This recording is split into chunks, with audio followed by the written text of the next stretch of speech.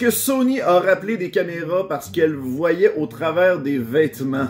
Mythe ou réalité? En 2020, un article a été partagé sur Reddit provenant du site Fuzzbite concernant une caméra de Sony qui a été créée en 1998 et qui a eu un certain rappel. Et selon l'article, ce phénomène se produirait seulement lorsqu'on aurait enclenché la vision nocturne. Hey, filmer Blair Witch Project avec ce genre de caméra-là, ça aurait donné une drôle de twist. Cette histoire est vraie, mais avec quelques informations erronées. Oui, si on filmait un sujet avec la vision nocturne et que la personne filmée portait des vêtements très minces, on pouvait voir le contour de sa silhouette sous ses vêtements. Mais pas au point de voir la personne tout nue, là. Prenez pas vos désirs pour des réalités. Des scientifiques chez Sony ont tenté de reproduire le phénomène. Mais le résultat dépendait de la lumière du jour, du type de vêtements, le textile, combien de vêtements sont portés, de la distance du sujet avec la caméra. Rendu là, on peut s'entendre que les probabilités sont presque nulles. Depuis, Sony a modifié la caméra, mais il n'y a pas eu de rappel. Fait que si vous voyez votre oncle amener sa vieille caméra à Noël en lâchant « Ok, tout le monde, on ferme les lumières », c'est peut-être le moment de courir. Est-ce que l'acteur Neil Patrick Harris a demandé un gâteau en forme de cadavre d'Amy Winehouse quelques mois après la mort de celle-ci? Mythe ou réalité? Attendez, vous voulez un gâteau en forme de quoi? Suite à la mort de la chanteuse Amy Winehouse due à un empoisonnement à l'alcool, l'acteur Neil Patrick Harris aurait demandé un gâteau en forme de cadavre de la défunte chanteuse. Tu sais, il y a être fan puis être fan. Ah, le gâteau, c'était clairement un baba au rhum.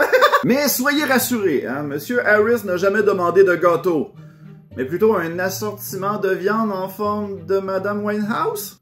En quoi c'est mieux? Pour le contexte, la pièce fut créée lors d'un party d'Halloween en 2011 et une affiche rigolote indiquait que c'était la carcasse d'Amy Winehouse. Je sais pas pourquoi, mais la présentation m'ouvre pas l'appétit. Et pour les petits curieux qui souhaiteraient reproduire le plat à la maison, eh bien ce fut composé de côtes de bœuf, de porc effiloché et de saucisses de poulet dans une sauce barbecue épicée. Ricardo peut aller se rhabiller! Mais en 2022, Neil Patrick Harris s'est excusé à toutes les personnes qui auraient été choquées par l'image. Selon lui, Amy Winehouse restera à jamais la chanteuse la plus talentueuse de sa génération. Mais avec une petite sauce barbecue épicée, elle va être encore meilleure.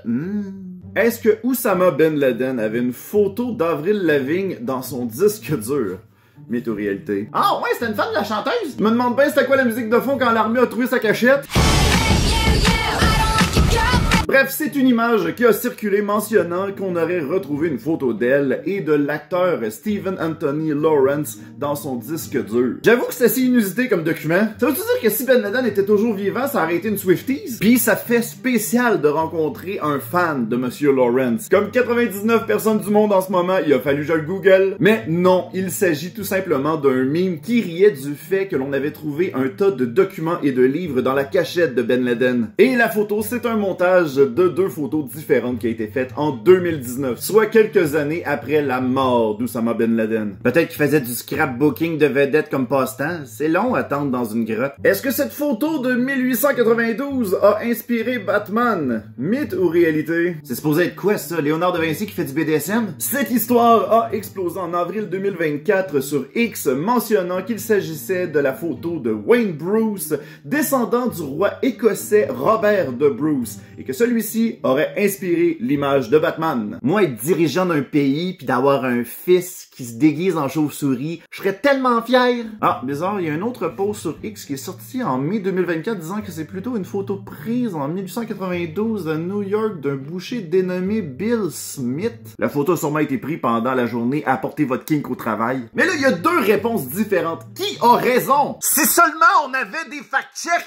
ben non! C'est inutile sur X! C'est en faisant une recherche inversée que l'on va retrouver cette photo dans le portfolio d'une compagnie nommée Photo Marcellini, qui est fondée en 2011, dont le mandat est de trafiquer des photos et de les rendre vintage. L'œuvre surnommée Bad Barbon fut créée à partir d'images d'archives de la US Library of Congress. Ils ont juste ajouté le masque en post-production. Donc non, il n'y a jamais eu de Monsieur Weird avec un masque de chauve-souris. On voit juste ça au Salon de l'amour et de la passion. Est-ce qu'un chien a reçu une médaille lors de la Deuxième Guerre mondiale parce qu'il avait désamorcé une bombe avec son pipi? Mythe ou réalité? Quoi? C'est-tu un nouvel épisode de Lassie? C'est un article qui a été beaucoup partagé en décembre 2024, racontant l'histoire de Juliana, un grand Danois qui aurait désamorcé une bombe avec son urine. Crime, il devait avoir mangé et pissé pour faire cet effet-là. Bon, l'histoire est vraie, mais c'était une bombe incendiaire. Le chien, c'est pas MacGyver.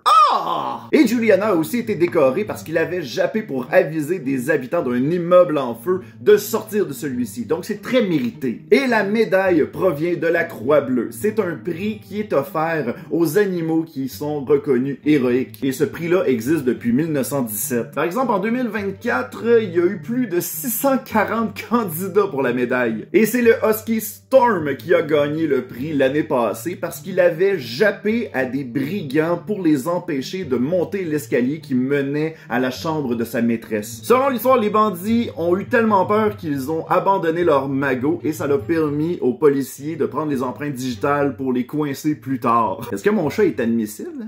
Il miaule à 2h du matin. Il a sûrement spoté un cambrioleur qui rôde dans le quartier chaque nuit depuis 8 ans. Est-ce que Krispy Kreme a offert des beignes gratuites pendant la panne du PlayStation Network? Mythe ou réalité? Bon, pendant la fin de semaine, des joueurs étaient prêts à jouer à Kingdom Come 2 pendant leur congé. Mais PlayStation avait décidé autrement. Non, moi je marche plus! Ce qui a créé une panne dans le service en ligne. Ceux qui sont dans la nouvelle génération, vous savez comment nous on filait lorsqu'on allait au club vidéo aller chercher le nouveau jeu puis que finalement quelqu'un l'avait déjà loué. Mais Krispy Kreme aurait proposé aux joueurs de leur offrir des beignes en attendant. C'est-tu vrai ça? Oui, mais on parle d'une seule beigne glacée entre 17h et 19h. Pense pas dévaliser le Krispy Kreme en pleurant que ton jeu marche pas, c'est pas suffisant. Mais les services du PSN sont revenus depuis et Sony s'est excusé en offrant un 5 jours supplémentaire aux abonnés de PlayStation Plus. En tout cas, merci Krispy Kreme de viser les vraies priorités. Les familles pauvres qui peuvent pas s'acheter des produits de base pour survivre, ils vont attendre, ok? Est-ce que cette photo montrant une machine faisant des salades aux œufs est vraie? Mythe ou réalité? Là, je dois pas être le seul à penser que si ça existe, ça doit être un chiol à laver. Puis si t'as laves pas, l'intérieur de ta machine finit par moisir. C'est bon l'ajout des croûtons dans ta salade? J'en ai pas rajouté. Oh! Ça me fait rappeler que ça fait 2 ans que j'ai pas lavé ma Keurig. Ça expliquerait le goût amer de mon café.